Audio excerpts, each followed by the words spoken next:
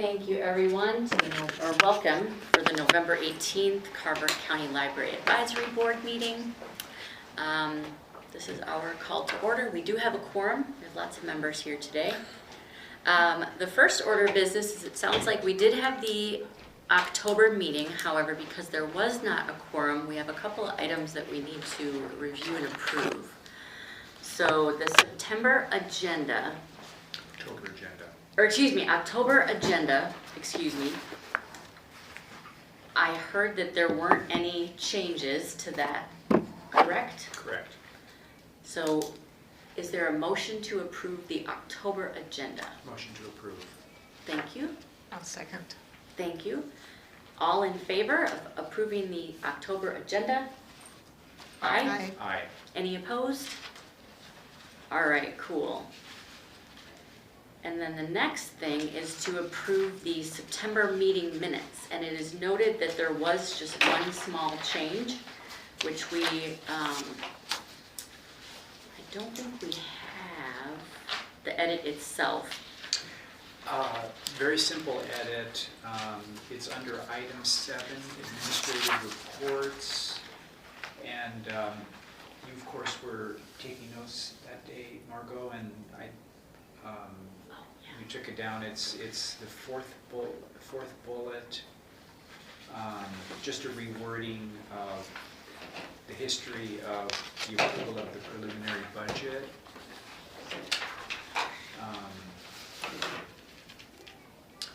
The original text was passed in preliminary budget on September 3rd, 2025, and I recommended that we reword that to say preliminary budget passed.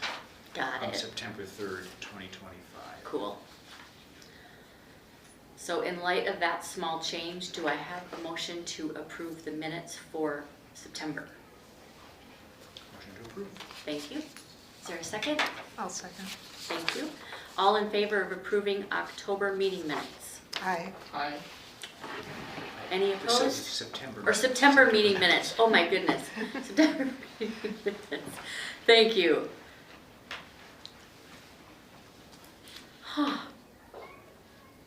So now we need to approve or review this November agenda. Got it. You got it. Okay.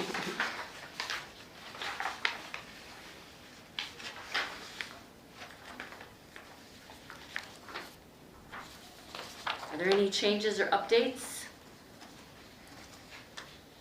Do I have a motion to approve November's agenda? So moved. Thank you. Is there a second? Second. Thank you. Any, all in favor to approve November agenda? Aye. Aye. Any opposed? Excellent. Whew. Are we caught up to number 4? Someone keep me honest.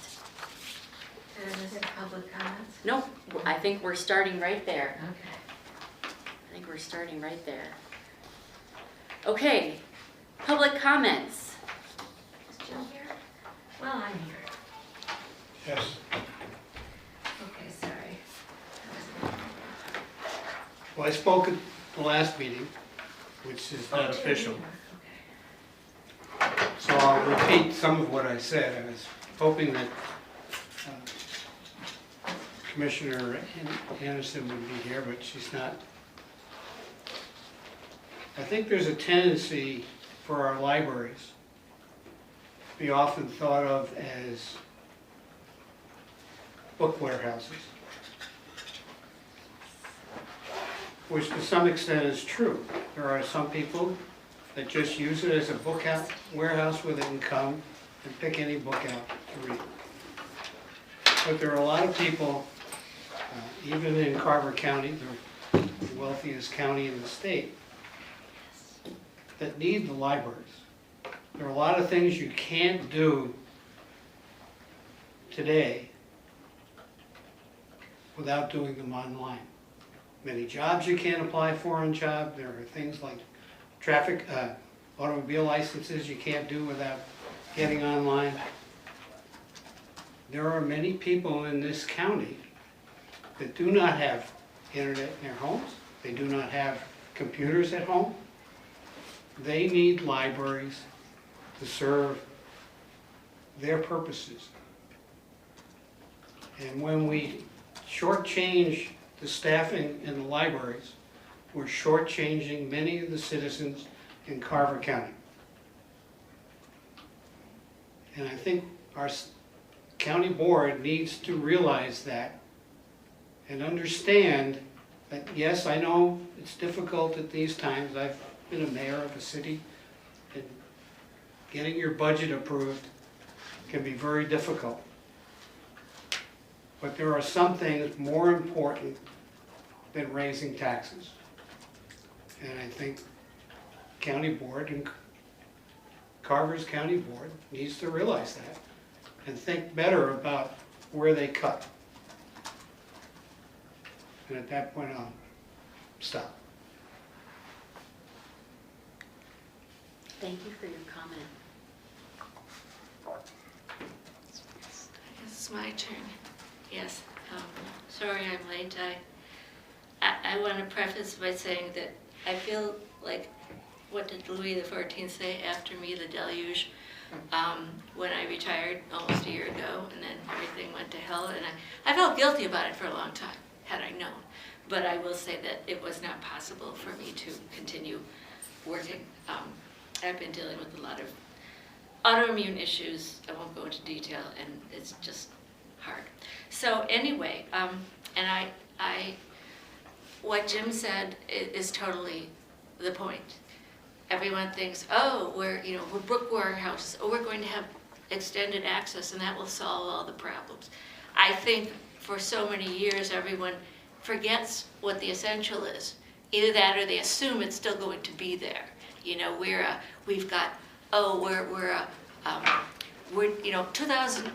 2000, when Chanhassen was starting to be built. All the gurus and the pundits, and we didn't have thought leaders back then, but we had change agents, said, oh, the library's a place that's dead. Well, a quarter of a century later, it's more important than ever. And so I think that that's very important.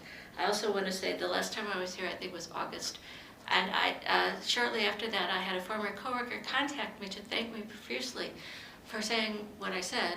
And she said, no one is thinking of the staff. I mean, and certainly how the branch managers are, suffering, trying to, keep hours covered and all these extra duties. And then she talked about the whole plans for extended access and the cuts, and she said, it's the beginning of the end. And I just want to say that seems to be, what I have been hearing from my former coworkers. But I want to talk about 3 reasons that have been given why these positions are being eliminated. I tried to look at the county budget, and my eyes went buggy because the document's like 350 pages. The first one is people want lower taxes. Well, I get that. My taxes kept going up. I didn't see any more staff added to the county. I have to pay for a lot of things I don't like. I mean, I think the average person has to pay $700 a year for giveaways to profitable corporations, but I digress. But a few weeks ago, at least the eastern half of Carver County, the people voted almost 2-to-1 to tax themselves with a significant increase for this school referendum. And I voted for it. I don't have kids, what do I care, right? But I voted for it. And I think one of the things is, someone said this time the referendum explicitly stated what would not occur or what would be dropped if the referendum didn't succeed. And I think that's very important. But that has nothing to do with libraries, does it? Except for the fact that on nights, weekends, and summers, basically the library is the school library. And should these positions be eliminated, there won't be as much available for the students of the school. Let's think of it that way. The first thing is, so lower taxes, well, as Jim said, I know they're high, and this is the richest county in the state, but let's get real as to what we want. The second thing I hear is library staffing is unsustainable. Well, what does that mean? I mean, what are the numbers? I mean, in the last 15 years, starting with 2010, when the Norwood Young America, the new one opened, there was no extra staff given. It was asked for, but was not given. And Heidi Hawks, who was the, so there were no additional hours. And Heidi Hawks, who was the branch manager at that time, got a lot of flack, but it shouldn't have been delivered at her. Basically, Victoria opened with basic staff. You know, they were combined with Chanhassen, so there was no new branch manager, no new circ supervisor or anything. The last 15 years, very little staff has been added. And look at all the many extra things that have been added, all the computer things. I mean, people in their jobs have had to go, their scope has increased dramatically. There was no staff, but we had all the grants, we had all the collection money, all the digital, both the, you know, explaining and working with people, but also selecting digital resources. There was a lot added, and no, it's very little extra staff, except for Scott, God love him. What, you know, what does that, show us the numbers, okay? I want to see the money. What does that mean that it's unsustainable, especially since it's offering so many more things and without a lot of extra staff? And I may have mentioned before that over half the library staff are part-time, which means they get, unless they're 32 hours, they get bupkis, okay? And that's unlike any other department, and they are basically subsidizing the county. And the county likes to talk about, you know, attraction and retention. That's a big factor. And I'd like to know where I could find out these numbers. Lisa's not here. Maybe I should ask her. Maybe I should call up Dave Hemsey. Prove it to me that, what does that mean, you know? What is it Mark Twain said? There are three kinds of lies: lies, damn lies, and statistics. Well, you know. The third thing is the library isn't essential. Well, I'm assuming that there is staff that is required because there's grants, because there's local, federal, you know, state requirements, things like, oh, I don't know, a law librarian. You know, do we have a list of those positions? I looked on the report, they're kind of bunched together, like they give numbers of vacant required positions, but I'd like to know. And I'd like to know, you know, are there any, is every other single position, except for the library, required? You know, are any of the non-essential positions outside the library being eliminated? You know, what's that being cut? And, you know, as far as essential, well, Jim touched on that. Yes, there's technically essential, but I don't know how many of you knew just how hard the library worked for during the pandemic. You know, while other departments headed for the hills, and there's at least one that's still back there and is not doing customer service, they never left the building. It was crazy. You could ask my former supervisor later at the Chanhassen Library. And, you know, the Chanhassen Library opened in late July, which was earlier than most brand libraries in the Twin Cities. And the first day that it will open, I was sitting at the reference desk and I was watching people coming in. It's like, you're still open. I mean, it was amazing. They started telling us we're their essential workers. Now, I would have said healthcare comes first, but they thought, and then they started telling us, you're keeping us sane. I mean, if I didn't know how essential the library was before that, in my 35 years of being a librarian, that taught me.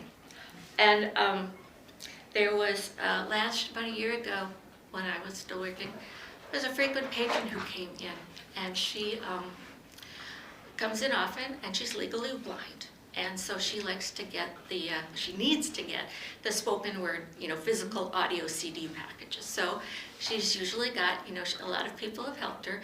She usually gets two authors she's working on. And then maybe she says, oh, I've heard of this one, so we try to find one.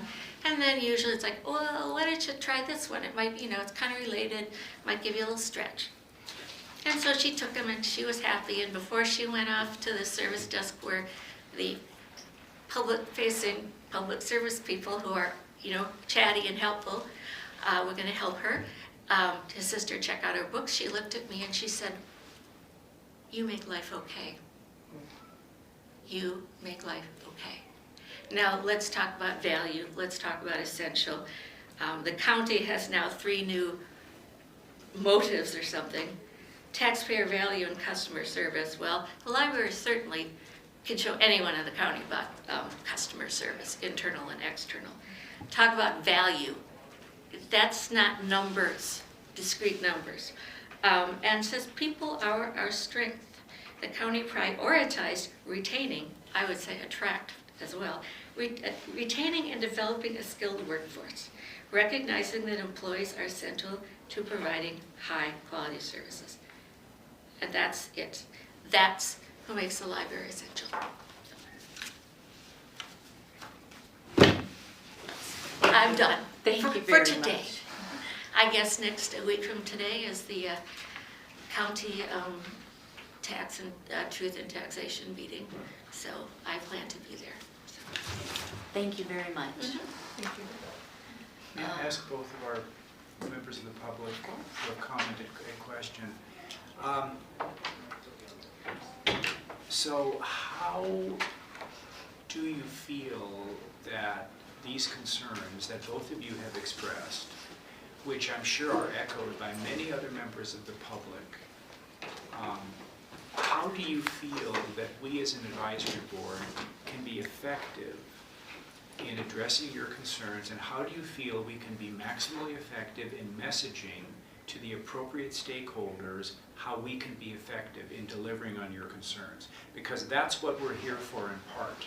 We're here in part to attend these meetings and to keep up with everything and approve things that come our way, but there's an advocacy role to this board. That is part of our mission. So your concerns are very palpable, and I'm glad Commissioner Anderson is here. Yeah, what a mess. Yes, yes. Sorry. But how do you feel we can be maximally effective as an advisory board in messaging your concerns to the appropriate stakeholders? And that would include someone like Commissioner Anderson. Sure. Jim? As someone who held a political position, the public needs to talk to our leaders and tell them what we think. And you, as the library board, should be one of those groups speaking before the commission when they review the taxes. I am suggesting I belong to the Chaska Friends Group, and I'm pushing that all the Friends groups get together and send people to the commissioner meetings. And I think you as members of this board should have the same role. If you think that the libraries are not being served by the county board, then you have to get up in front of the county board and tell them that. When I was on this board, we were allowed to participate in the budget discussions with the county board members. There would usually be 2 county board members, and we could come to that meeting.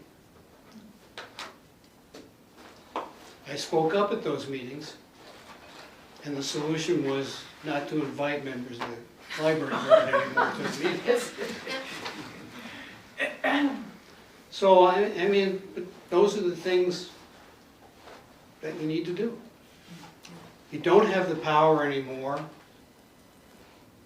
to control the issues, then we have to talk to the people who have the power and tell them what we think and how they're not representing the citizens of Carver County and what they're doing. I have 2 things. First of all, like I said with the school referendum, they made sure to let people know what would occur, what they would lose. And I think that needs to be quantified. You know, things were tight before this happened, for a lot of reasons. And so no more has been, can be done.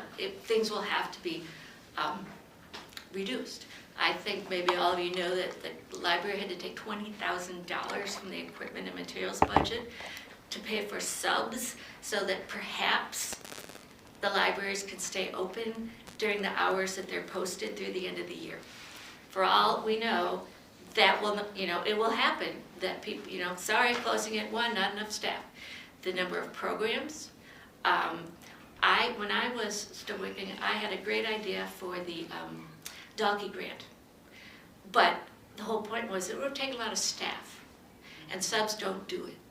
And so it's like, and everyone looked around, and I said to people, I'm not gonna put more work on you. I don't want, more I would have had to select the materials, which would have been bad enough, but programs, all these other things for it. We have this money, and it doesn't get spent, except it's spent on like flavor of the month technology, which really doesn't address the core focus of the library. So I think that needs to be made known to people.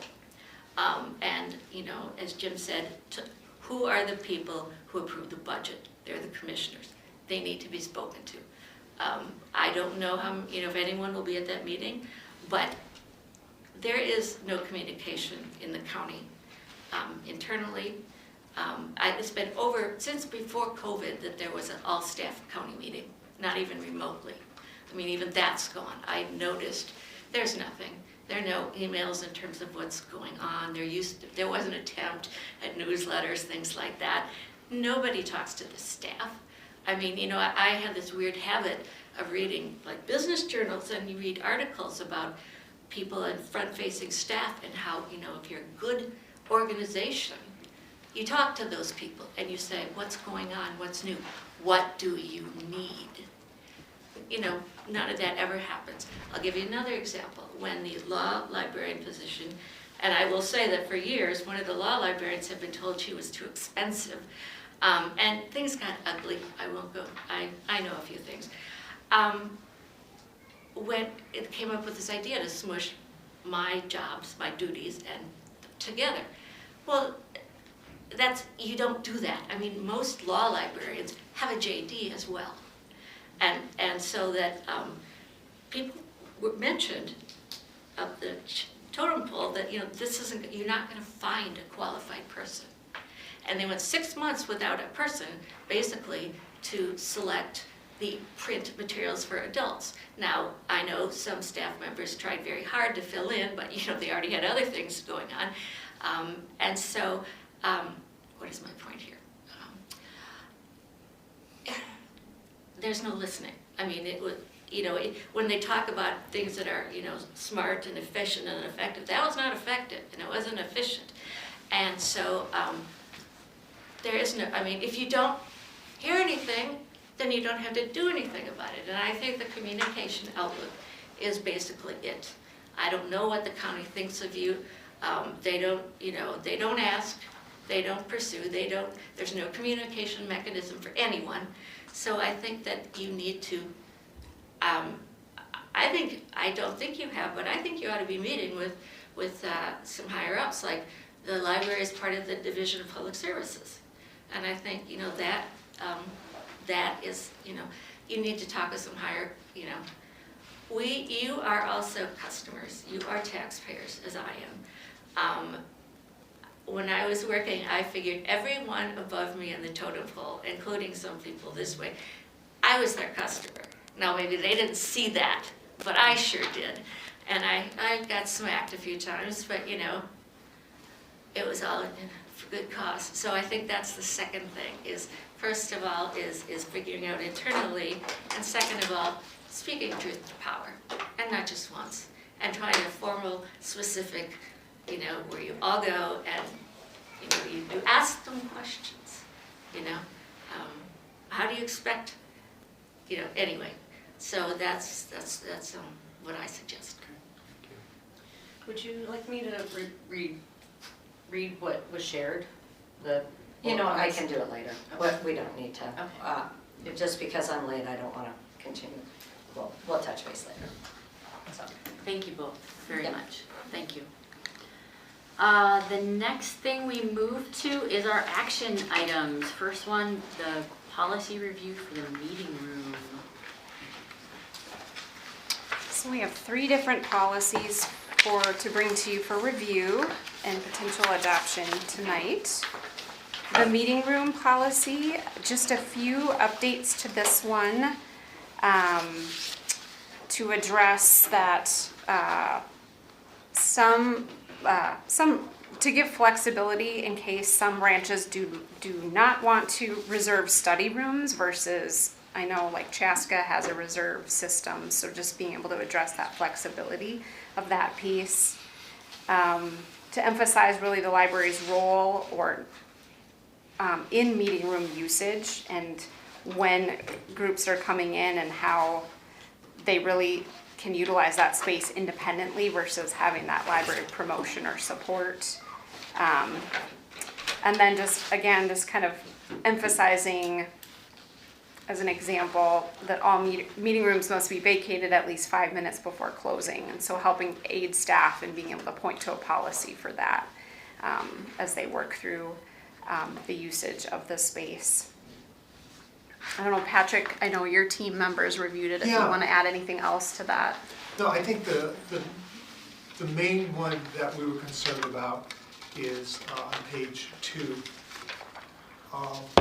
is getting people out and saying that's, I realize that's a little bit more nitty-gritty than a policy, but that's become a real problem for us. And so we with that, when they read this over, knowing that we're not kicking them out, constantly having to kick them out.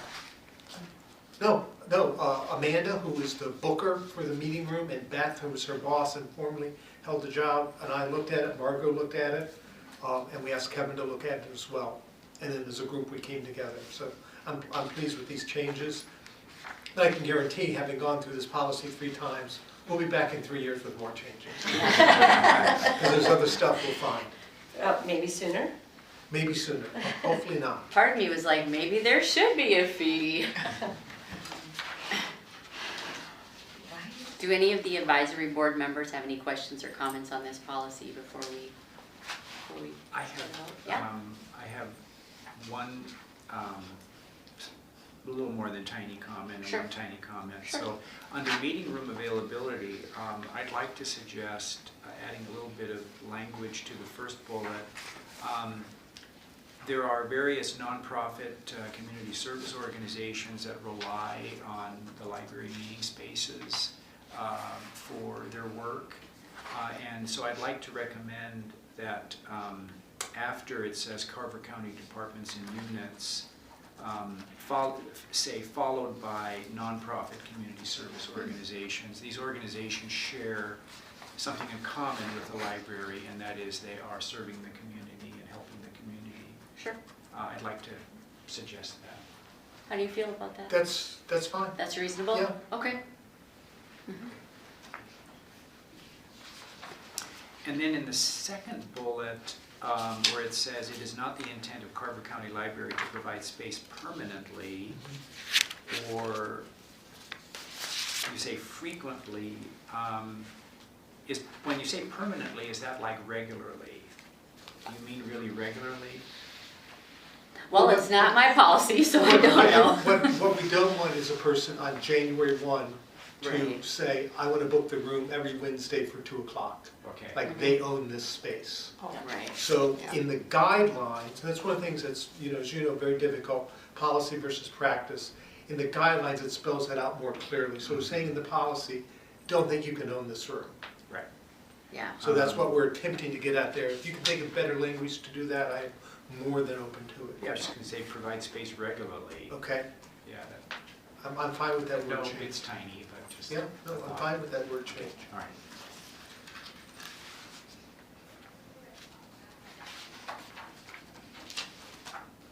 Right now, how much ahead of time can they request for space? Oh, Charles, why do you ask me the specific questions that are someone else's? I'm joking. You book up to 4 months ahead of time. But you So- only have 4 bookings at a time. Oh, okay. So if someone cannot come and say, I want to book for the next Saturday, or just be 4 Saturdays at maximum? Yes, Okay. So then if they finish 1 month, they can come back and say, but we make how do I say this in the nicest way possible? We make them work for it. We don't let them say January 1, I want it every Wednesday. for next Once 3 they've months, done- so once they've after done 1 month, one, if it's still available, they can still, They can book it again, then they have 4 active. Sure. so they have any 4 active appointments at any one time. Yes, After the fourth one, they can come in. If it's still available, it's open to them. yes, yeah, they could book it, yes. So they can repeatedly do it indefinitely as long as no one else books it. Exactly, but as long as they only have 4 at a time. But they should not assume that they can get it. Exactly. Yeah. Yes.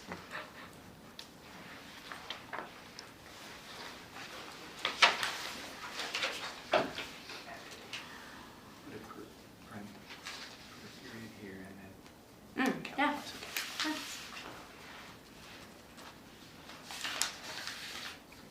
I do have one additional question. Yeah, go. When you say priority will be given to library sponsor or co-sponsor program, and then you have the Carver County Department units followed by the other ones. Mhm.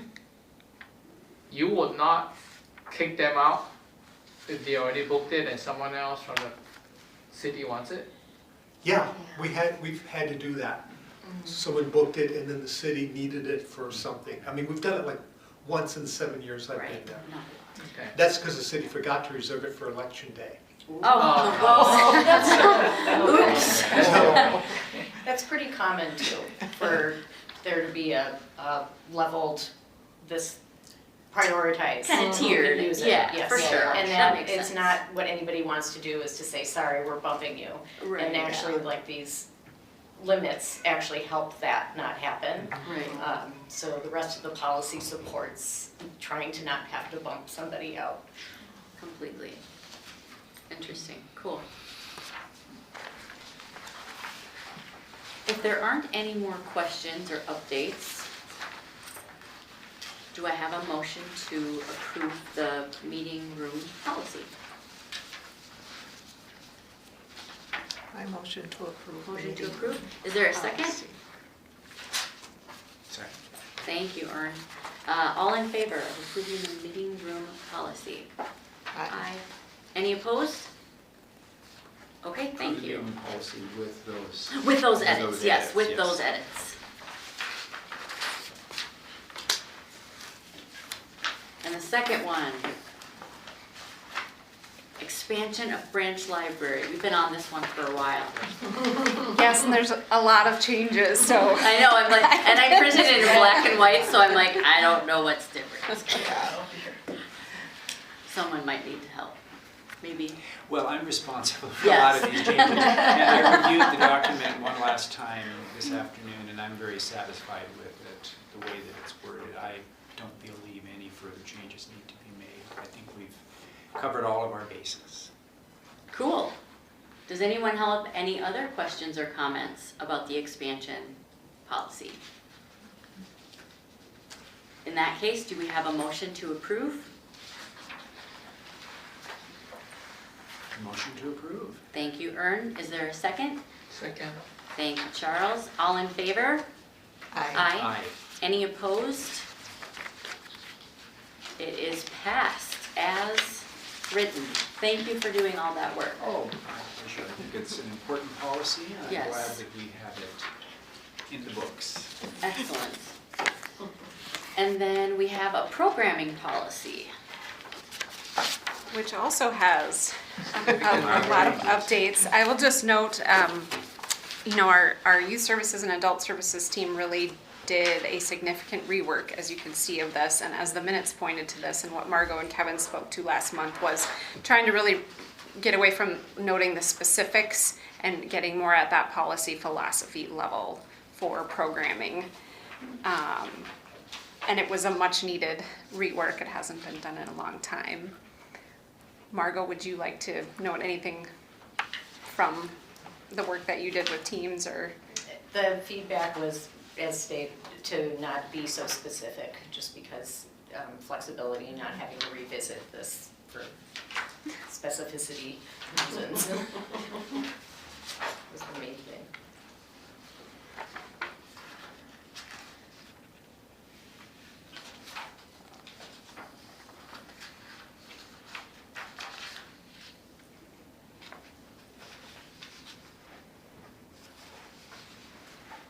What could be a scenario where there is a request for reconsideration? I mean, is there any history around that? I'm curious as to why someone may request reconsideration of the program?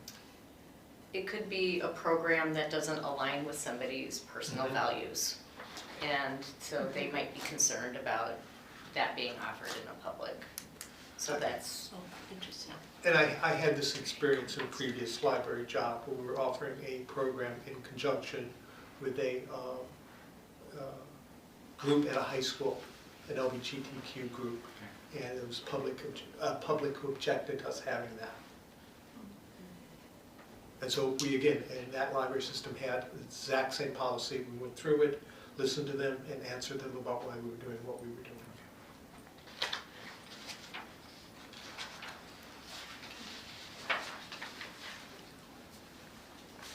Does anyone have any other questions or comments on the programming policy?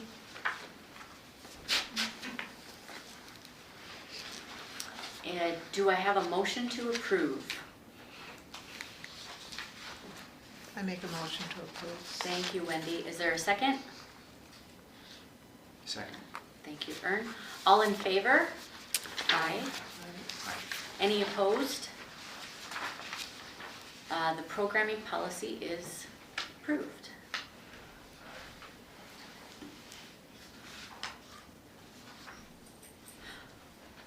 Holiday and training calendar.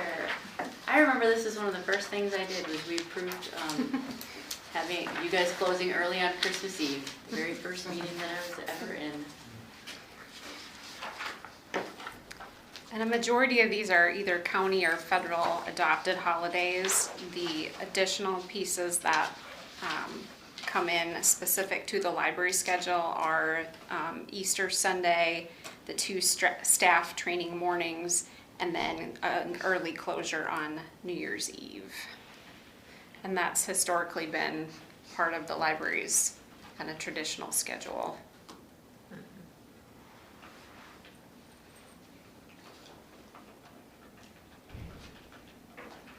I didn't know we were ever open on, are there libraries open on Sunday? Or is that like the extended Chan. access? Chan. Chan is? Oh, I did not know that. Mhm. Okay, cool. Only Okay. one.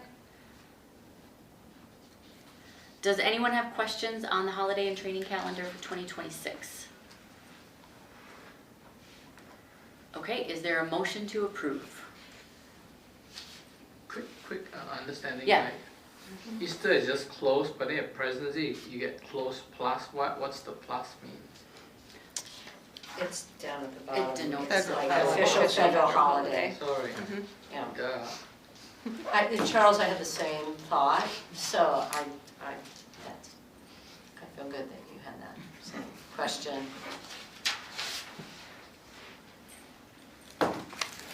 Okay, now do we have a motion to approve the holiday and training calendar? Did we do it already? Didn't you? No. Oh, I Motion to make, approve. Thank you, Ern. Is there a second? I'll second. Thank you, Wendy. All in favor of passing the holiday and training calendar for 2026? Aye. Aye. Any opposed? Holiday and training calendar 2026 is approved.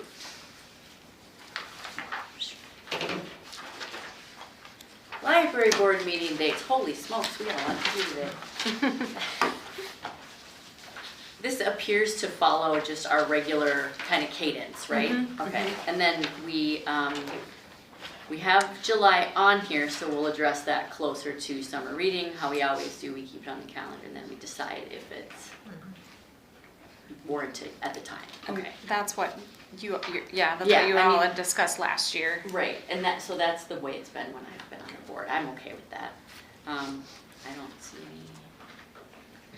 We skipped December. Right, we usually do skip December. Yep.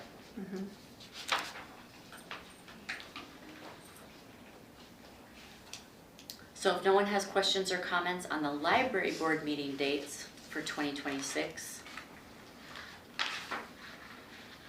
do I have a motion to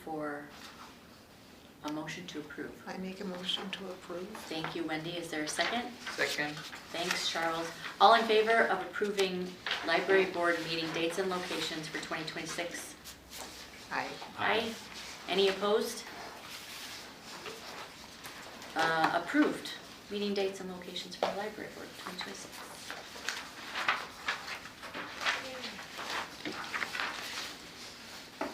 Dolke grant. Silly question, was there only one grant? Correct. Request? There was only one grant request this year.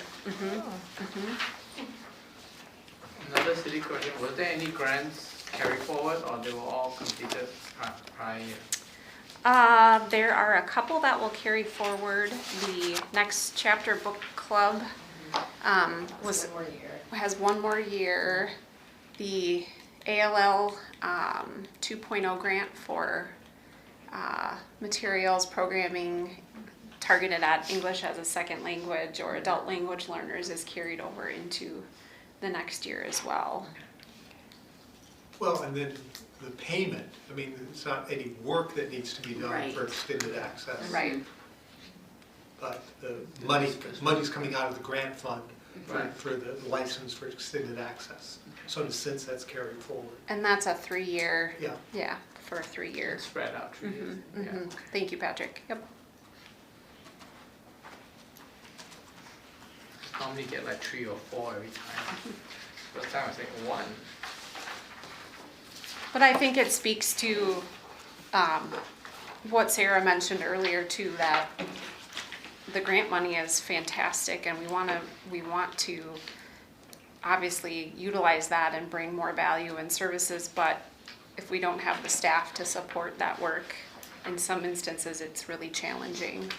So, but I think what has been brought forward is a terrific proposal. And I just wanted to note, so this is our 5th year that we're heading into of Charles Dalkey grants.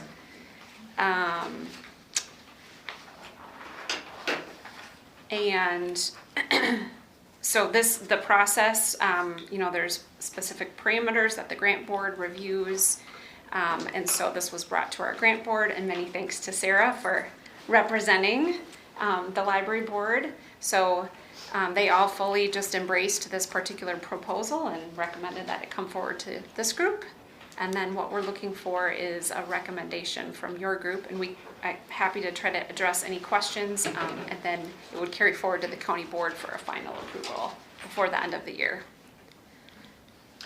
Couple of questions. So I do not know the value of the Dalkey endowment, and I do not know whether that's privileged information, so I won't,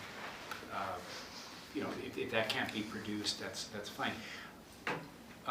But this is approximately $17,000, and is that a relatively large ask, given the history? That's not? Okay.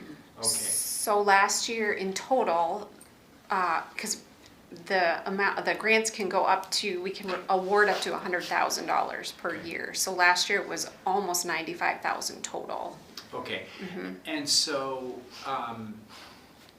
I have not seen the policy language around the Dalkey grant, but if this grant were to be awarded in the full amount requested, is it that earnings pushed out by the endowment are being used towards this, or are we actually dipping into the endowment itself?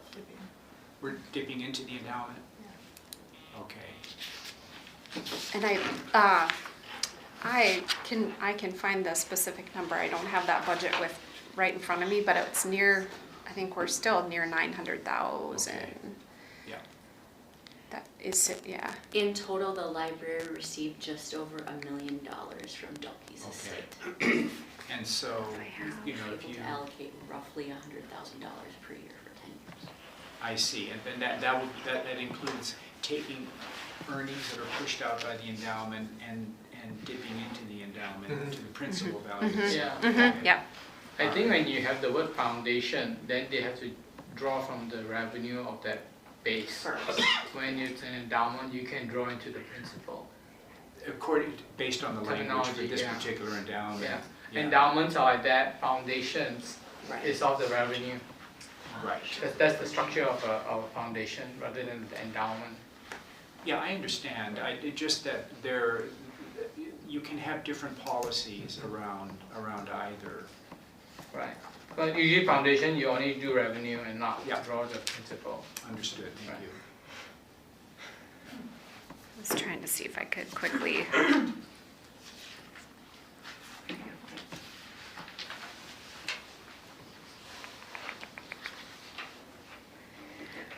Not including what has been, like heading into 2025, there was just over 915,000 Okay, in the account. got it, okay, thank you, that's very helpful. And my second question is, so the lion's share of the ask is about $13,500 to purchase 240 Vox picture books. I did not know what a Vox picture book was until I got this material, so I did a little homework, checking up on what Vox picture books are. They're great, they obviously are very popular. That works out to be about $56 per Vox book. Is that typical? Yeah. That's I'm sorry. just given the current market for Vox books? And we have to figure in, our things always cost more because we have to figure in processing costs. As Yes. stuff comes, and Right. the reason this is a little bit, this is post Baker and Taylor, right? We're gonna get these through our major vendor, Baker and Taylor, which is gonna have less of a processing cost. Baker and Taylor went out of business on us. Yeah, yeah. Libraries are How- scrambling. Yes, and so that meant we're gonna have to absorb, Vox Books will do it, but they charge much more for processing. So we're probably gonna end up with a few less books, because more is gonna go to processing. Wow.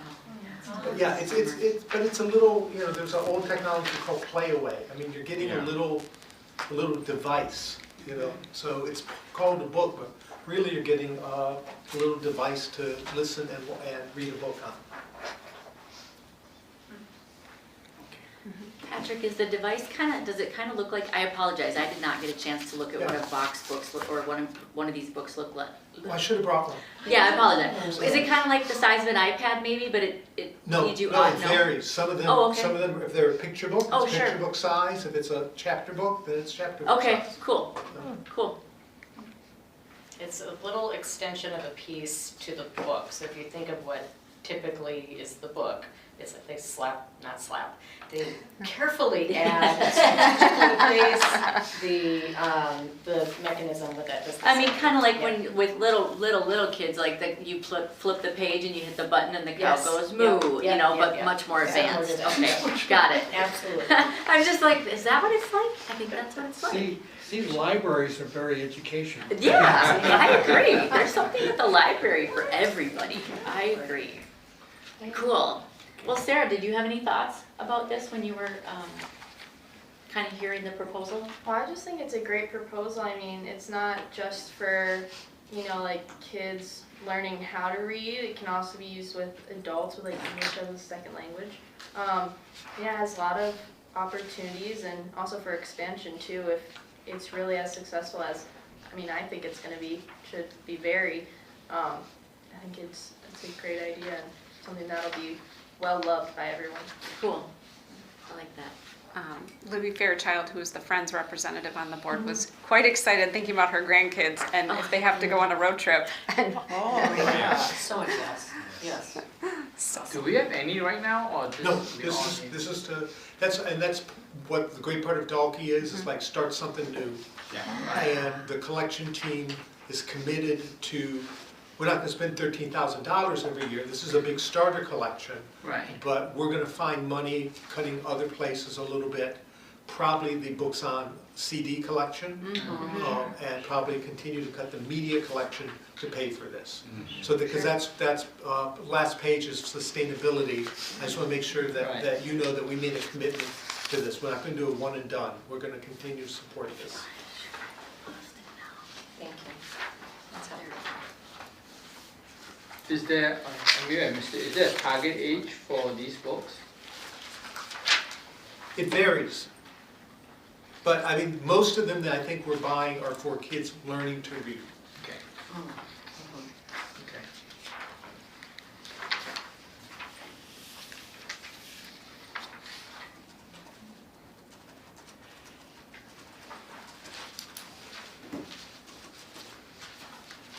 Does anyone have other questions on the Dalkey grant application for 2026? So silly question, you have 80, 50 and then 20 each for the, are they going to be located there or are you going to kind of switch it around? or how? Well, they will be, each library gets to start a collection, but Right. it's not gonna, my memory of our conversation is it's not gonna what we call float. So it's gonna say this owns Victoria, it'll go back to Victoria. Now, what we might wanna do, depending on how we build this collection, is in 2 years say, okay, what do we change? I don't know if you were here yet, we just said, okay, you change all of your books with this library. And so we might change these out, so all the ones that are Victoria may end up at Norwood, and we may move Waconia and Chaska and flip those around. It's all how Laura decides to do the purchasing. Is she gonna buy 5 copies? You know, it's the classic thing that when Sarah did selection, do we buy 10 copies of one book? Or do we buy 1 copy of 10 books? Right, yeah. So it's what her philosophy is gonna be to drive this, and I don't think we got into that as we were discussing this. Sure, that makes sense.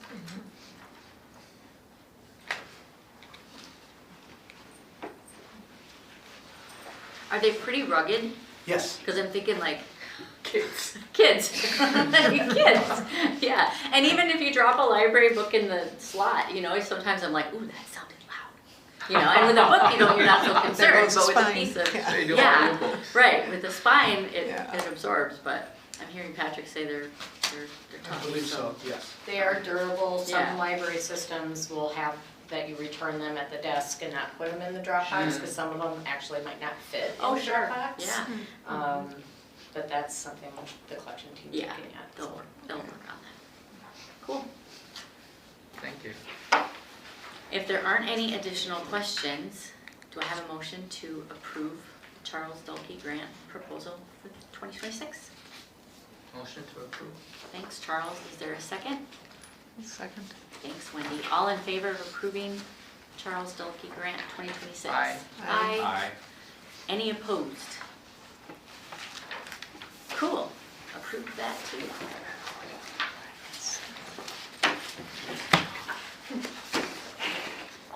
Jody, I know you've been waiting.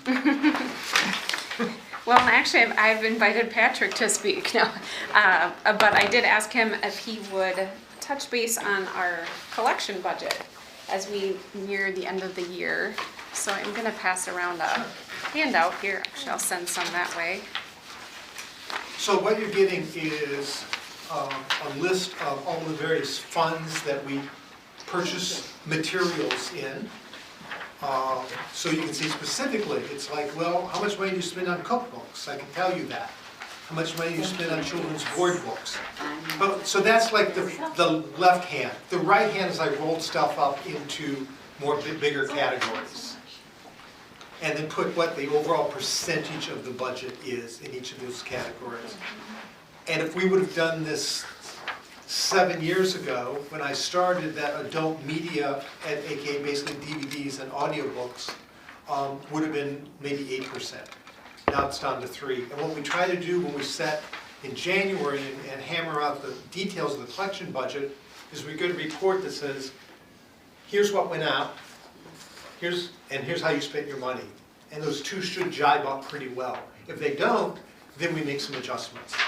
The two things I really want to point out that are a little bit different here is we have one-time money, we think it's only one time, is a fund called JREM, which was for the Regional Library Technology Assistance Grant, I think it was called. And we dedicated all of that money towards juvenile materials to support District 112 getting the virtual library card. So that money will not be here next year, and it also shows why it looks like we're spending 35% of our budget on digital. You take that out, and we're actually down to 33%, and most months, guess what? 33% of our circulation is digital materials. Right. So it lines up pretty nice.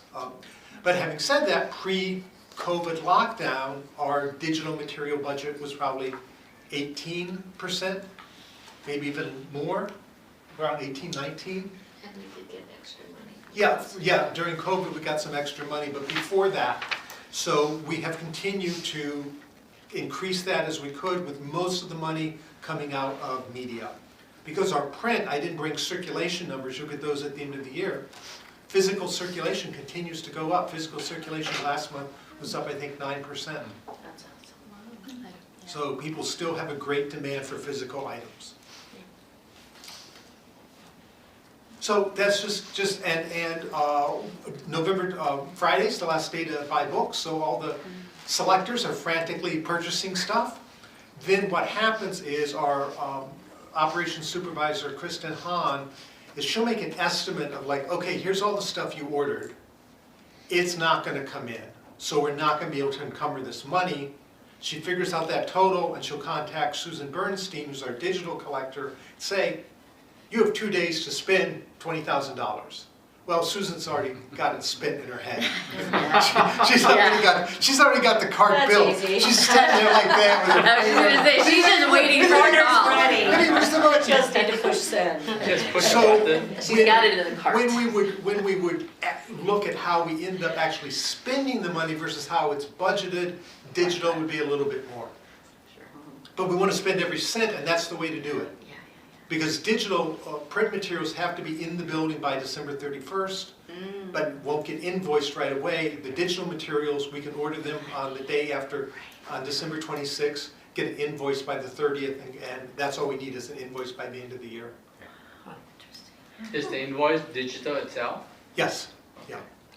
And then, I did not, because I didn't want to overwhelm you with numbers. What'd be interesting is, there are certain lines here, and the one I want to, about 2/3 of the way down, JFG in child graphic novels is $23,000. When I started, that was probably $3,000.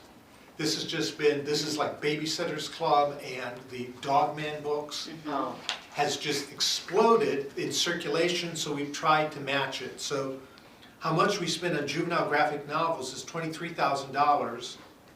How much we spend on just regular chapter books is down to $31,000, because kids are choosing the graphic novel format. Right. Interesting. I think in part because graphic novel formats do not look great on e-readers. So those kids who want to read real novels might be going to using Libby. Interesting. So that's some numbers I thought Jody asked me to share with you. Thank you. Yeah, very cool.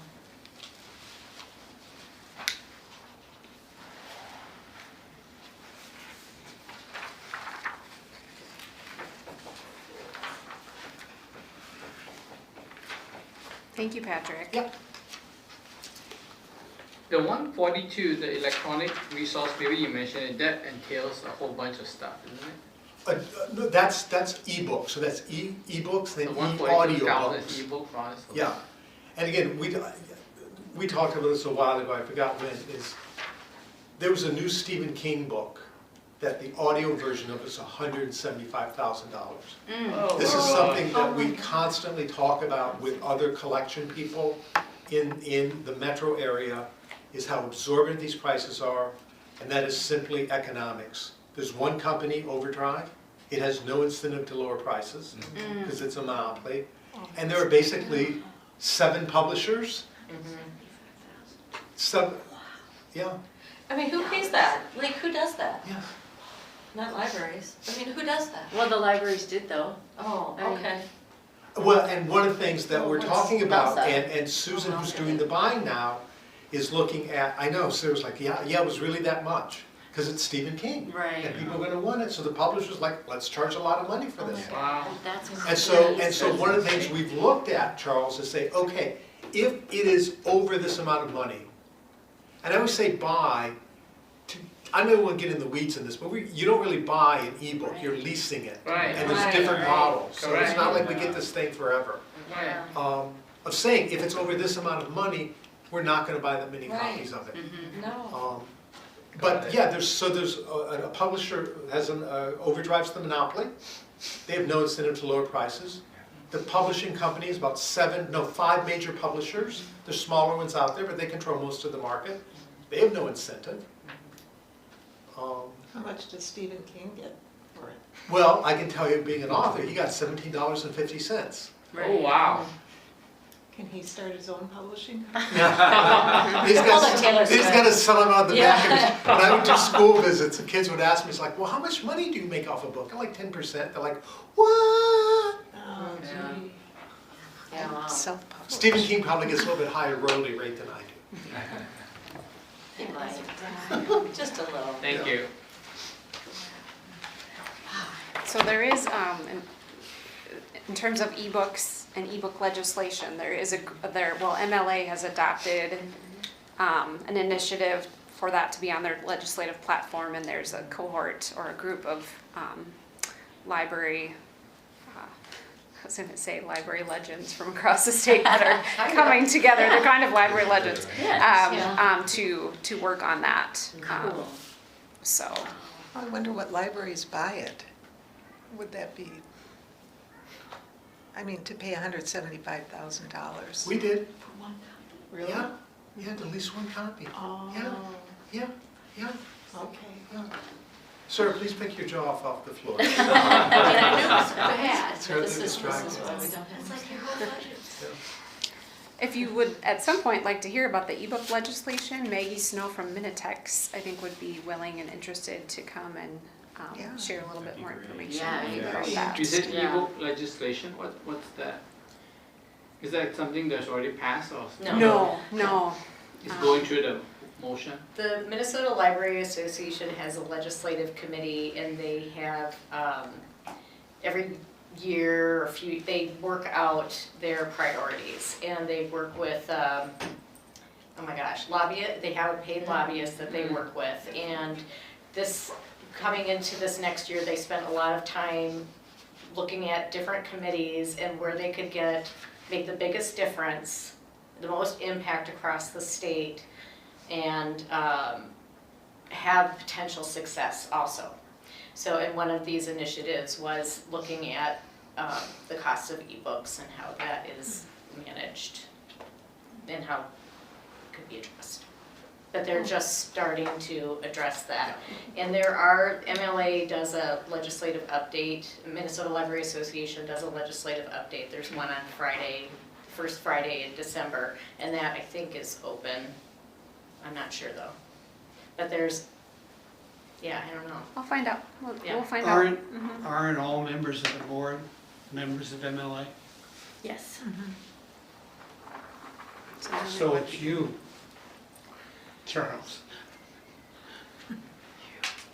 I definitely am. I get emails from them. Yes, Well, I do. and we signed up so we could go to the I conference. guess Right, I didn't right. get email. Yeah, that's true. I guess I Yeah. don't know if she We- automatically opted everybody in. Because I've never I don't attended. think so, Yeah, I think we maybe actually, yeah. because the system had to. We pay. could chat. Mhm. Or maybe it's going somewhere that I'm not seeing it. It's your other email, that spammy one. I apologize, I have a Victoria Friends of the Library meeting I need to get to. Thank you. Set Thank up. you, Patrick. We gotta plan our Thank books. you. Thank you so much. Thank you. Convince them to go to the commissioners meeting. They actually, Yep. they didn't go to the meeting, but the Victoria Friends wrote letters to the commissioners. Yep, we know. Thanks all. Thank you. Thank you.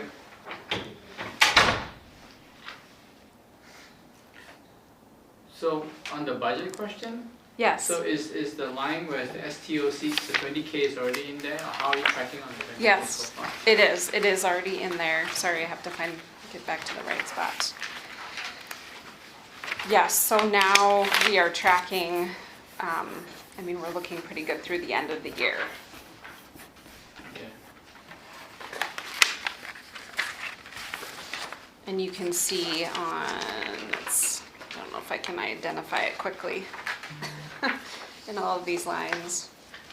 Yeah, equipment and furniture, so it's on the top of the second page. 6660, equipment and furniture purchase. There was some rollover money for a different project, you'll see like 6420, but obviously that's where the additional 20,000 would be. Okay. So, and that's from our capital improvement plan that we typically annually have that 20,000.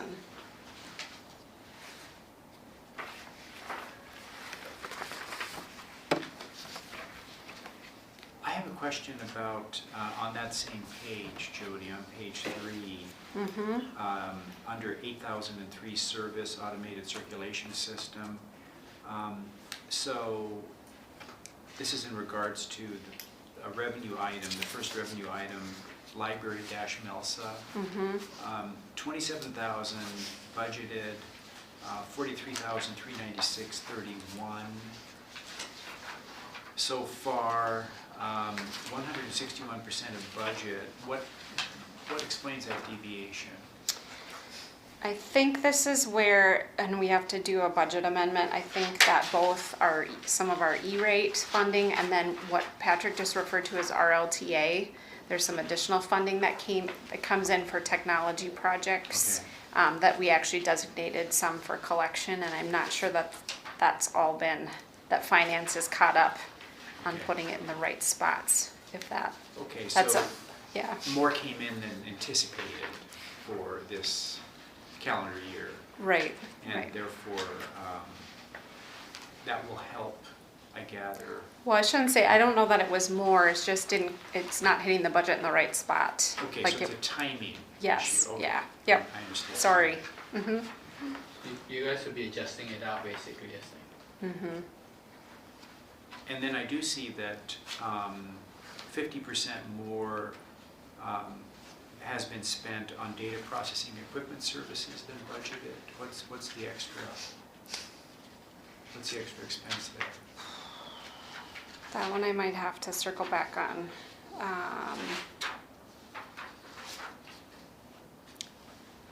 I think that one is linked to that MELSA line where it hasn't. We haven't, things aren't in the right spot. But I'll have to Okay. double check that one. Cause there's a lot of different, I think there's several different things that come out of that data processing. There could also be some prepay out of that as well. So I'll make a note to follow up. And Jody, just for my knowledge, because I can admit I mostly breeze through this section, I am not a finance person at all. Is this more like informational for us, or is it? I don't know that we have any direct responsibility for like keeping the library on budget. Am I wrong on that? It's more informational and having your set of eyes Okay. on it as well to Okay. make sure to keep us in check. I mean, Okay. obviously questions that you're catching, not that we're not looking at it. We're meeting monthly, typically I have a small budget team. We have a finance accountant that we work with as Okay. well. Okay. And obviously a much broader finance team at the county level too. But this group obviously can have that opportunity to weigh in and ask questions. And suggest guidelines. Yeah. If we want, well, we have the right to suggest guidelines. Right, right. I think it just helps with transparency. I think Oh, it's for just sure. good to know. Yeah. I think, and this is a request I've made at the law library, it's on that very prestigious board, executive summary. Yeah, that's a super good idea. We really need to work on an executive summary for this. Yep. 1 page, overall, month to month, what's coming in, what's going out. If that's something, I mean, maybe now. I know that might take some time. Well, that's something we can move towards in 2026. Yep. I just think yep. it would be easier. I think we'd have more transparency. Yeah.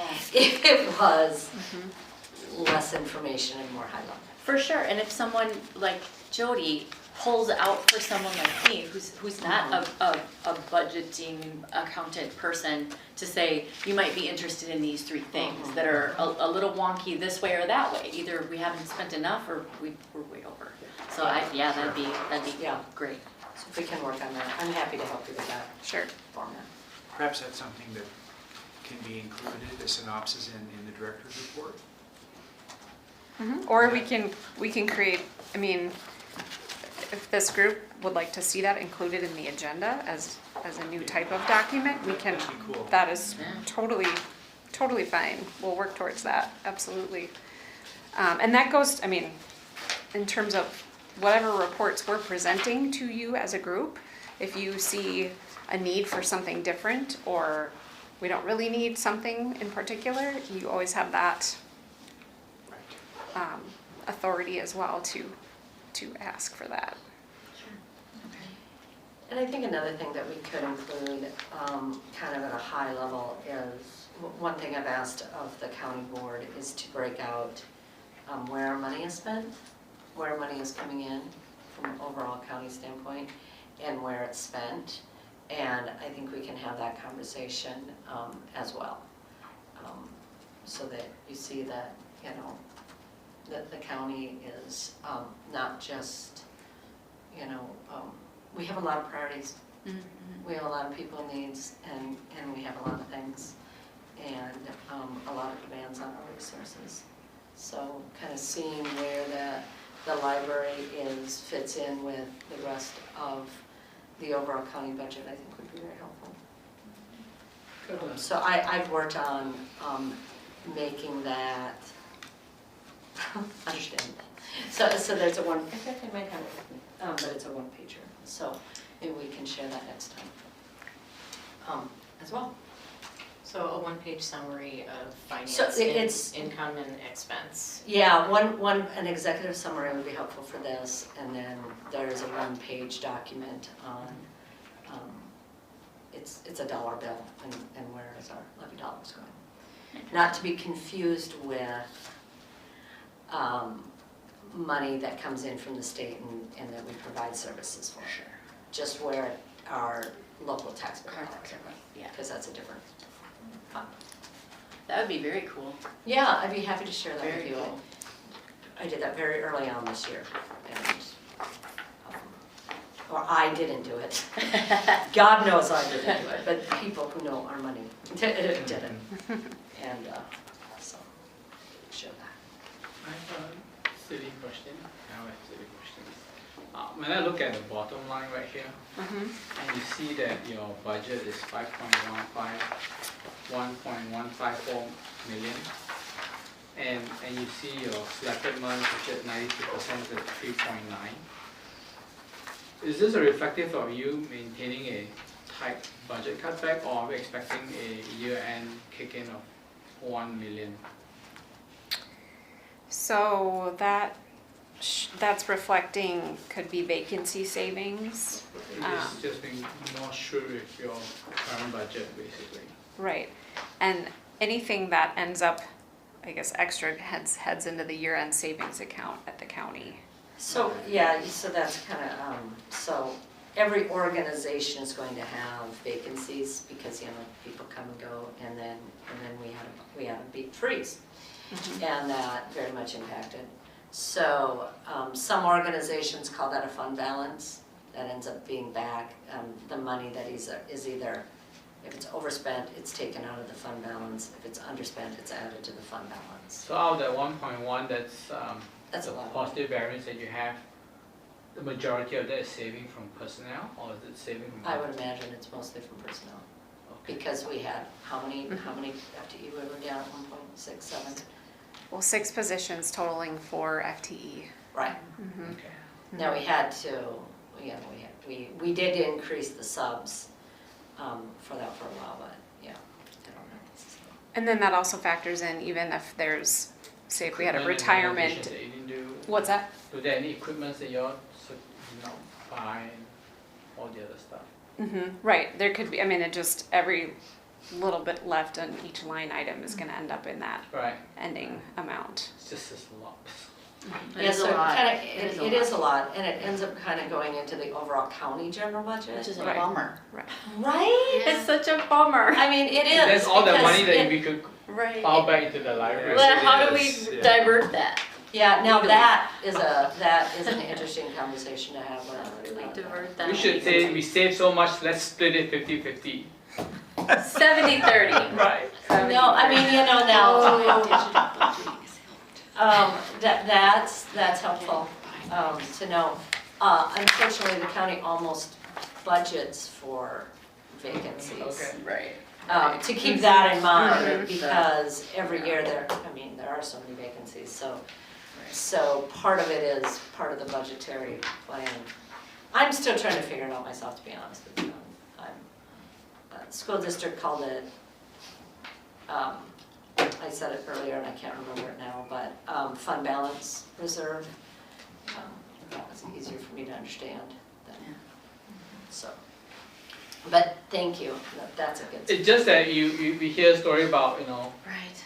not enough service, not enough No, person, no, and then I look at agreed. the thing and we have positive errors and significant positive errors, and I'm like, Yep, we should tell them, hey, if the library shows or library group shows good financial administration of their funds, they should be rewarded. I will say though, I don't think the library organization is the only part Right. of Carver County that is struggling. I know, I understand that. And, yeah, there's, we have resource shortages all over the county. So, kind of an extension of Charles's original question, we have roughly a month and a half left to go in this budget year. And so we currently, 77% of the budget is accounted for with respect to expenditures. So by the end of December, what do you think that number is going to be? What will happen to that 77% number? Will it go up a little bit? It will go up a little because of bit, the stream yep. of spending that's already been planned. Mm-hmm. So let's say it goes up to I think 85%. yeah, I'm thinking 85% is where you're gonna hit. So that would mean that the vacancy savings that you referred to are accounting for that 15%. Correct. So we're especially virtuous in saving money. Yep, you were Right. the libraries took one for the team. I like that's that. for sure. For messaging, go forward Yes, messaging, exactly. We you work know, on like, Yeah, no, I mean, Yeah. that is the truth. yeah, Yeah. go forward messaging. Yeah, it's. And I have made that point. Good You know, phrasing, that, yeah. that Yes. especially when we needed to expand the sum, it's, the libraries have. They have Yes. taken one for Yeah, the team, they absolutely have, and then some, and then some. yeah. Yep, Actually, the one who's taken the one for the team, for the citizens that require the use of the library. again, Jim, there's all sorts of resource constraints all over the county, and the library is not the only one. And when we were talking earlier, and we heard Sarah and you talk, I mean, I work in corporate America, right? So I know about budgets, and I know about having to cut team members, or, someone leaves and you don't get a backfill for that position. And sometimes, in corporate America anyway, your boss will sometimes tell you, let that other work drop because this is your priority, right. and if that stuff doesn't get done, it will ring the bells up the chain that we actually do need someone in that position. And what I've seen this year is that the library's done maybe an unfortunately phenomenal job Yes. of rolling with the punches. You all don't get the opportunity to just say, we're not doing that today. Where in corporate America, your bosses sometimes encourage you so that they Yes. can get the money, but you don't have that luxury, I guess. We I would have say. done that, So, though. yeah. We did make a decision, it didn't happen across necessarily we did cut a lot of programming. Yes, A you lot did. of, and we did get a lot of feedback from our patrons, our community members. They were concerned, particularly in Norwood Young America, what's going on in the library. Is the library closing? So we did make a decision, but it was also because we did not want to overtax our staff. We did not want to have them fill in that gap. So I'm concerned that it seems like we filled in those gaps, because on this end, people were suffering because they couldn't do the programs, and we were saying, let's not do this because we can't do it, because we shouldn't do it, because we're not being paid to do it. We don't have the staff to do it. So yes and no. Yep, no, we did make cuts. And we're just, actually here in these western branches, we're just starting to bring things back. Margot, I feel Yeah. terrible because was that did we see like an itemized list of these are the 5 things we're not doing this summer, and did I miss it?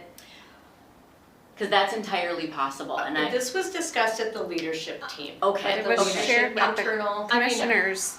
We knew that as commissioners. I don't know if it happened in do these you remember meetings, hearing but that? we Okay, were I very, feel terrible if I we missed were it very somewhere. clear that Programming. programming was cut back. And it's easy to say programming was cut. Right. But if you actually look at it in the ratio to what it might normally happen, saying programming's cut, well, yeah, sure, everybody's cutting something. For sure. It's, you don't see the impact, and so, no, we did not share this. I know Okay. that staff had lists, but, I know I made a list, I think Patrick made a list of what we were Right. cutting, mainly for our leadership team, so that Right. we could see, so we all knew For sure. what we were doing and what was not happening, Okay.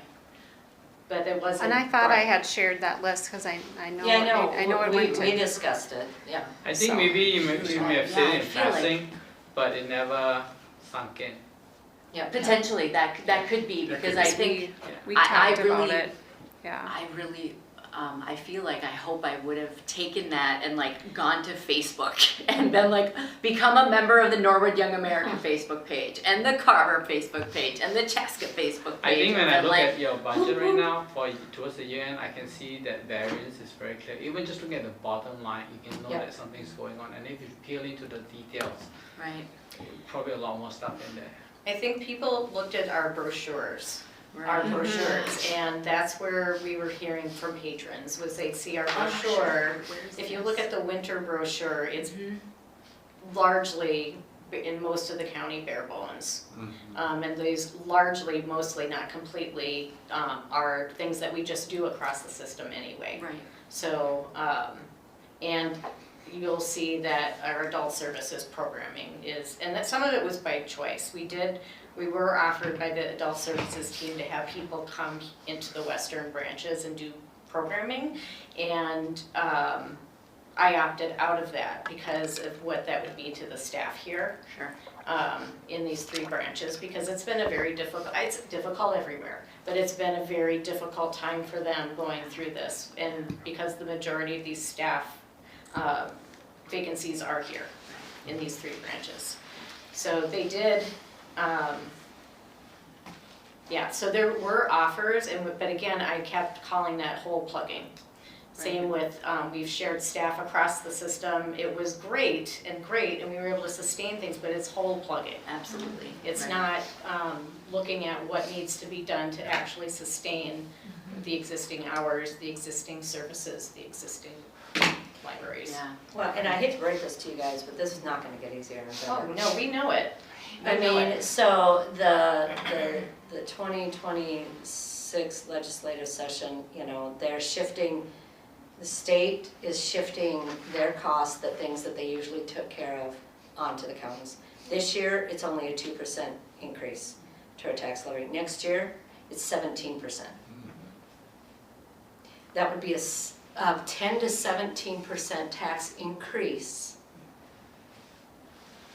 without adding services, without providing increases to our staff, without doing anything. It's going to be very difficult to ask our taxpayers to have double-digit tax increases.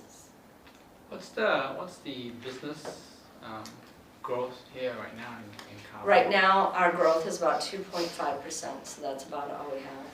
So if the state legislature continues to not balance their budget and do that on the backs of property taxes, this is not going to get better. So coming to the county board, while fun as that may be, you need to go to your legislature. And that's what we're doing next year, is spending all of our time lobbying and telling our legislators, stick to your own pot of money, stop spending ours. Because this is not gonna get better. And it's not just libraries. I mean, we have social workers who are stretched, and you know, we have every single part of the county is stretched. And don't get me wrong, I feel for you. And I feel bad asking you to do more with less. We're not gonna do more with less. And you shouldn't. No, we're not going to. Actually, I'm not gonna, And you should. that would be the hill I die on. We're not gonna do more with less. Yeah. In these three And you're branches. right, and it's the taxpayers and it's the citizens that are gonna have to pay the price because, Well, it's the Because businesses too. and businesses. I mean, with Yes. this FMLA Yep. that Oh, we've yeah. been pushed down our throats, we're going to be paying taxes on that, and the employee is going to have added taxes on that. And they already said it's grossly underfunded with what Yep. what they've allotted, and it's gonna go up, I don't know, No. 200% next year. I mean, it's So that bad. the amount of services Yeah. that we can provide to our counties is going to decrease. Mhm. So, I mean, I get, and you're right, and we shouldn't continue to do that, but we are gonna have very difficult conversations, especially about those services that we don't get reimbursed from the state. Although it doesn't really matter, because the state just shoves all that money back onto us, so. So like, we see the budget here for 5.1 million, are you under pressure to lower that budget? Well, we did lower it this year. What did we lower it? Not by much, but a little bit. Well, 165,000, I think, was the decrease. Yes, I plus can't it remember ends off up the top of totaling my about head. 215,000, say. 250, Yeah, okay. yep. Yeah, total. Less for 2026. Yeah. Okay. So it wasn't a huge amount, but it's still an impact. Oh, yeah. It's still an impact. And, yeah, so, you know, this is, Well, and as Carver County grows and as we have more people to serve, we're not expanding the workforce for any of that at this point. the problem is, in the mid-2000s, when the Great Recession was coming on, the library cut back. Like, one of the things, they cut back hours. Then when the economy picked back up, they never never expanded re-added it. those hours. Right. You know, they used it as a tax discount for the future. Now, Yeah, I'm I not- want to no. be careful. You know, I've been addressing issues with the library. I think Carver County's library system is very good. That doesn't mean it couldn't be better. And I think one of the things we have to remember is if you look at the library system at the state level, it's under the Department of Education, which is important for the future of the country, and it's important to you people, because I'm getting my Social Security. They're going to be the ones paying, the ones that are not getting the education that they should be are going to be paying your Social Security. And if I just may add a comment, because I may be the only one who knows this, you're right. Staff was cut, people were actually laid off for the first time in the county, so hours were cut. But use went, because everyone was like, oh, I don't have to buy books, I'm going. I can go to the Right. library. Yeah, And so usage use went up. went up, Yep. yeah. So I mean, I think that, so yes, we are in a tough situation, but I'm just telling you right now, it's gonna get worse. Are you telling the library that right now, or are you telling the us entire county. It's everybody everywhere. Yes, everyone, yep, yeah, I'm not just Yeah. saying to the library. Right. I do wanna be clear about that. And no, we shouldn't continue to ask staff to do more with less. You're absolutely right. But we do have to be very careful. And I've asked, you know, Jody and others, you know, we have to be strategic about what we do and don't do. And if we're gonna cut programming, then let's do programming and make sure it's as high quality as we can be, and we can only do so much. I do think it's important, after the books are settled at the end of next month or whenever it is, that it be messaged the great work that was done to cut costs. Whether it's 85% at the end of December or 83 or 87, I don't know. But you were not mandated to cut to the tune of that percentage. There was not a mandate. Not for this year, yeah. There was a general recognition of the need to be economical, but you were not responding to a mandate that you had to cut by 15% from the original budgeted amount. Well, but there were positions that were frozen. Yes. Well, so Weren't we allowed didn't to lay be- people off, we Yeah. just didn't fill positions Right. that were empty. Right. And that ended up being more positions than they Than wanted. they wanted, right, but that, I think that's a very effective And I message think to that, send. and I But think that that wasn't intentional either. That wasn't a Yeah. choice, it wasn't a mandate, but it Yeah. was not a choice. We would not have that money if Yeah. so-and-so wouldn't have retired, Got it. Serena wouldn't have moved, Mhm. these two Right. people didn't leave to get Right. full-time. So, Right. yeah, so had that, Full-time. Yeah. yes, full-time. Full-time. Too many people left because they needed full-time Full-time. work. Yep. Right. In the spirit of keeping things moving along, So- yeah, no, Yeah. great discussion, great discussion. Jody, is there anything you wanted to highlight from your director's report for us? A couple of things.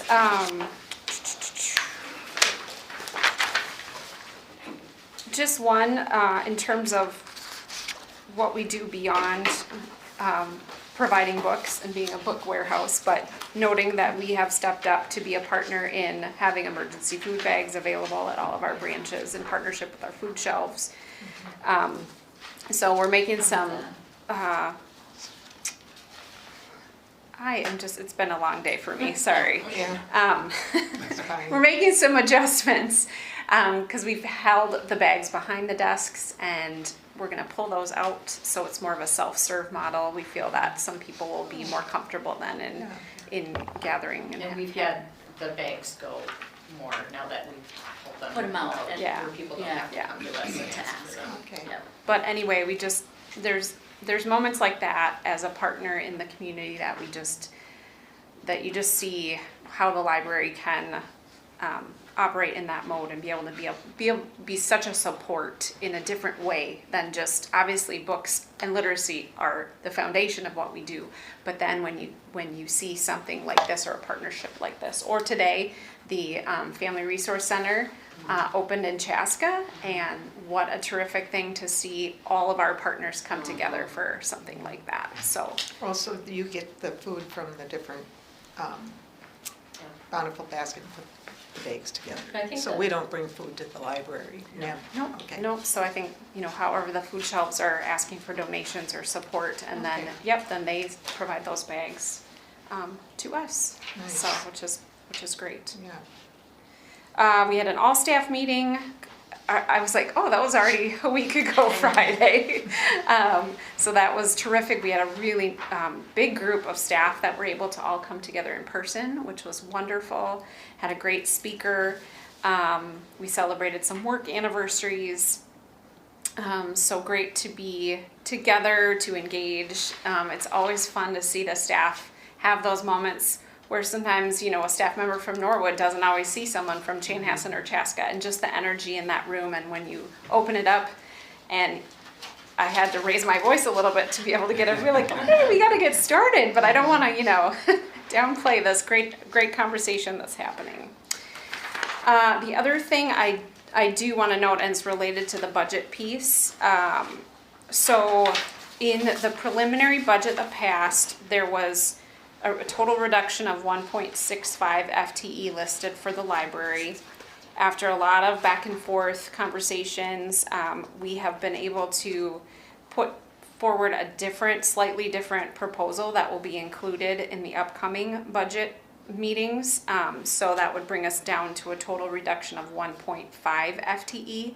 And in order to do that, we had originally requested, before we knew any of this was happening, the Hoopla streaming service, and we've asked for that to be taken off the table so that could be put towards some FTE savings. So what that essentially then means, where we would land is we would be able to bring the 1.0 adult services, the full-time position, back to the west, and then 3 different half-time library assistants, 2 out in the western branches and 1 in Chaska.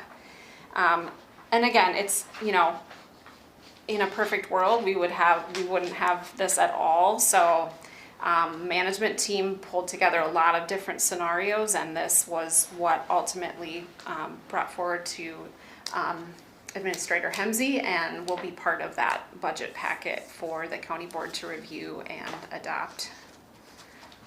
So, So there's a lot of information and numbers there, but yeah, sure. go No, I ahead, Ern. Appreciate all the details. So, the way that it appears is there's actually, when you look at the new remaining staff plan, there's a net gain of 1.0 FTE. No? No, so sorry. Whoa. No, That's what I thought. I'm so sorry, no. Yeah, that's, Wait, yeah, what? that's what I thought. I'm just, was gonna. Yes, I'm glad you clarified. Net loss of 1.5. Yeah, I don't think we Lost. have, just to be clear, I don't think we've increased an FTE across the county. Got it. I was 99% sure of that. Sorry if I I was gonna say. communicate that clearly, Yes, yes, yeah. so what's a little confusing is that the second bullet, okay, the first bullet duplicates what was messaged in previous meetings. That 1.65 FTE reduction is something we've talked about a bunch Yes. before. Okay. Correct. So then there's a revised proposal which knocks that 1.6, knocks that reduction down to 1.5, and then there's this remaining staff plan.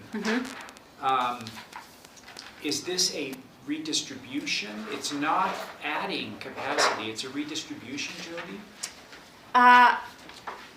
Not exactly, well, not a redistribution. I would say the two Western library assistants, those are reduced, those were 0.65 positions, and so right. they're being reduced each to Okay. 0.5. Right. So I don't know if you really view it as a redistribution, but a revised. Well, if you add up the, I if you guess, add up the Yeah. FTE, yes, Yeah, Yeah, If you add- that might be okay. Yeah. if you add up the FTEs for under the remaining staff plan, you get 2.5 FTE.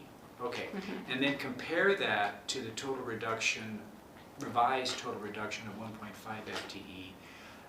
What does that difference of one reflect? It's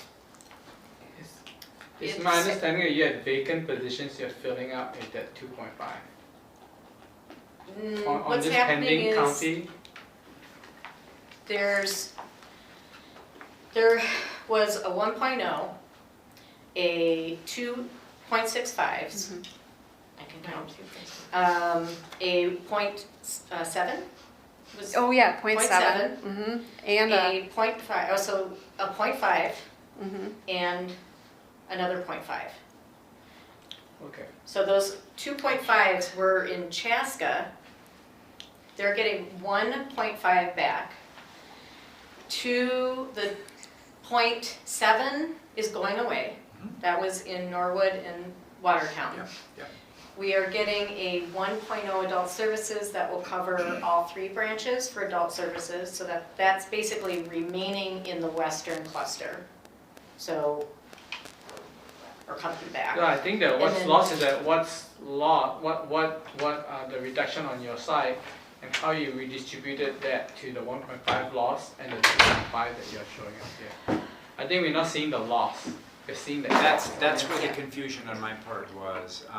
Oh, I So the see. total Yeah. reduction Yeah. is 1.5. Yes. Yep, that's Okay. what the loss is. And that Yeah. accounts for 3 positions. Because when you say the 2.5 that you show, it says new, it's not, oh. we're adding Right. that. That's, it could be interpreted that way. Oh, I Yeah. see, could yeah, be because it's new, interpreted okay, Oh, yeah, no. and I was just more referring to, this is the revised New plan, plan, should have sure. like, Yeah, used yeah, revised, new yeah. plan. But built Yeah. into that revised plan is still a net reduction of 1.5 FTE. Correct, Okay, yeah, that wasn't entirely clear. okay. That just wasn't clear. Clear. I mean, Well, thankfully, this won't go to the board and be in all those 365 pages maybe of. we want to kind of restructure that a little bit. Well, and I wanted to say, I'm super excited that you guys are decorating a tree at the Arboretum. For winter lights. That's cool. great. I'm very excited. It's a brand new initiative that the Arboretum reached out to local partners and organizations and businesses to have a tree themed. There was like 4 different categories. So ours is tied into gardening and seed library. Cool. Some of the work that we've done in that area. And it's very small. It's only like this big. The tree? Yeah, ours. Yeah. Oh. It's very small. Oh, that's okay. No. It'll be fun. So that's what I have. That's plenty. Well, I do Now that I consider this part of the director's report, if you will, the usage statistics, which I Sure. often enjoy looking at, and just a very quick observation. So, you know, we've had extended access at Victoria for a while now, and it's kind of fun to track the usage of that Oh. vis-a-vis the resources that are being expended to keep the library open, those additional hours. So, during the month of September, there were 77 patrons that used the extended access service, and the extended access hours was 268. So that works out to be about approximately 3.5 hours per patron. If you think about it, the library was kept open an additional 3.5 hours per patron served. What do you think of that number, and do you have a metric in mind for the long term that you think will reflect cost effectiveness of extended access? Because that seems pretty high. I realize And it's it- just getting started, Yeah, but that it's- seems pretty high. It's grown, because this is for September. I want to say October was in the 130 visit range. Okay, all right. If I'm remembering correctly. I don't know that we've identified a long range metric or kind of goal, But we you know. could. But I we, like that idea. I know Patrick is talking about, we're gonna roll out some additional promotion and communication now that, I think part of it too was just making sure that the whole system, like the technology in the background is all working Sure, and all the security pieces. sure. To make sure before we fully did like a big full-on promotional push for it. But I Right. think there's capacity now Yeah, to bring on. And I would also say that, and I apologize, I don't have the number in front of me, but the number of registrations for the program is well over 100, but only like between 80 to 90 have actually gone through the orientation. right, and so Yeah. there's a little bit of a hurdle there. So for the long term, I think that number needs to be below 1. Because we're spending, there's some variable costs that are being expended to keep the library open for those additional hours to serve those folks. And right now, for September, it was 3.5 hours per patron. Well, if you cost that out, I don't know what that number would be in terms of those incremental expenses of keeping the library open. That doesn't appear to be terribly economical, but it's understood that for the longer haul, as this gains popularity and usage will triple, quadruple, whatever, that I can see that number going below 1.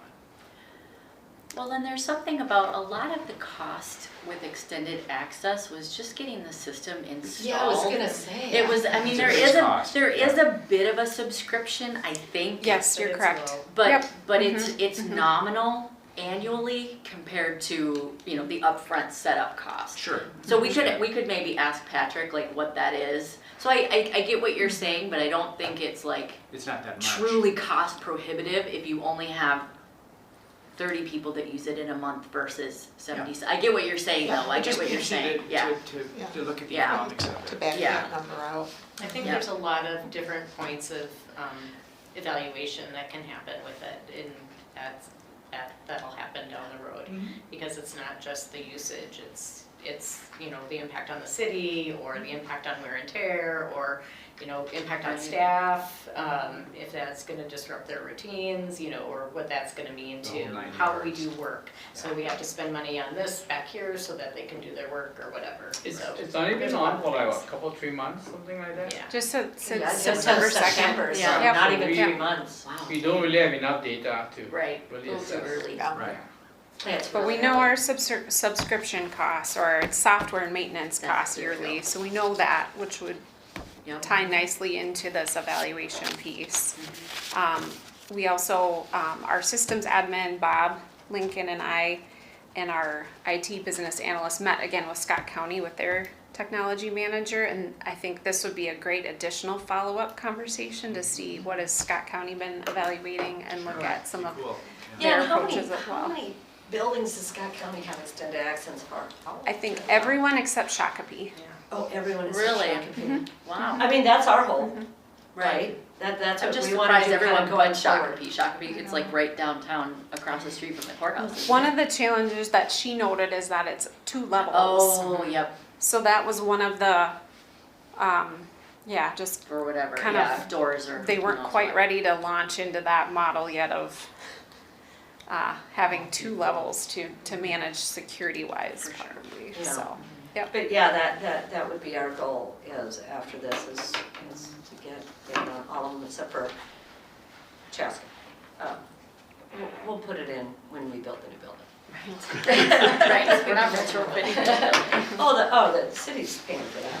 Yeah, well, anything can happen between here and 2 years from now.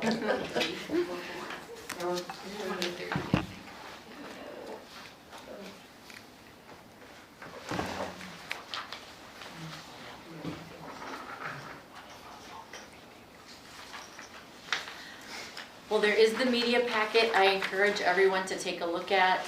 If you have any questions, please bring them to the next meeting. But if we don't have any other comments or questions on our agenda items, we have a motion to adjourn. Motion to adjourn. Do we have a second? Second. Aye. All in favor? Thank you. Motion or meeting adjourned. Bang. I need a gavel. Thank you all. Thank My you. fist is good. I've been telling her we need a gavel. I